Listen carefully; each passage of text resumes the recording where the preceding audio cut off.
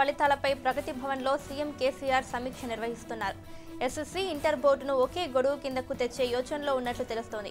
Telangana state secondary బోర్డుగా నామకరణం చేసి భవిష్యత్తులో 10th, ఇంటర్ పరీక్షలను బోర్డు పరిధిలోనే నిర్వహించాలనే దానిపై తెలంగాణ సర్కార్ సాధ్యాసాధ్యాలను పరిశీలిస్తున్నట్లు సమాచారం.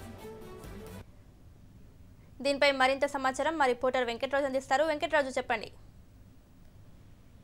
ఇంటర్ ఫలితాల వివాదం పైన ముఖ్యమంత్రి కేసీఆర్ దృష్టి సారించారు.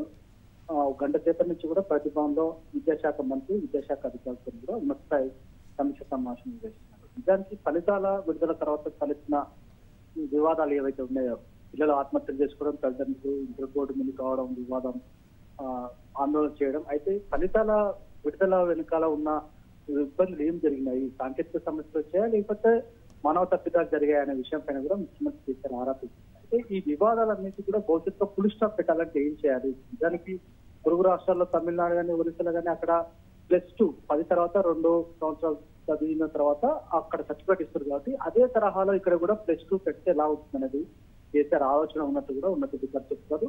ఇందుకోసం ప్రస్తుతం ఉన్న ఎస్ఎస్సీ బోర్డు, ఇంటర్ బోర్డు విడివిడిగా ఉన్నాయి కాబట్టి 2 బోర్డులను ఒకే కొడుకు తీసుకొస్తే ఎలా ఉంటుందనేది కూడా అధికారులతో ముఖ్యమంత్రి సమీక్ష చేస్తున్నారు. సాధ్యమైతే వచ్చే విద్యా సంవత్సరం నుంచి కూడా రెండింటిని కలిపి ఒకే బోర్డుగా ఏర్పాటు చేసి ఇక్కడి నుంచి విద్యార్థులందరికీ కూడా ఒకే బోర్డు కింద 10వ తరగతి పరీక్షలు, ఆ తర్వాత ఇంటర్మీడియట్ పరీక్షలు కూడా నిర్వహించాలా, ఏర్పాటు చేస్తే ఎలా ఉంటుందనే దానిపైన ముఖ్యమంత్రి ఆరా తీసినట్టు అధికారులు చెప్తున్నారు. Right Venkatraj, thank you.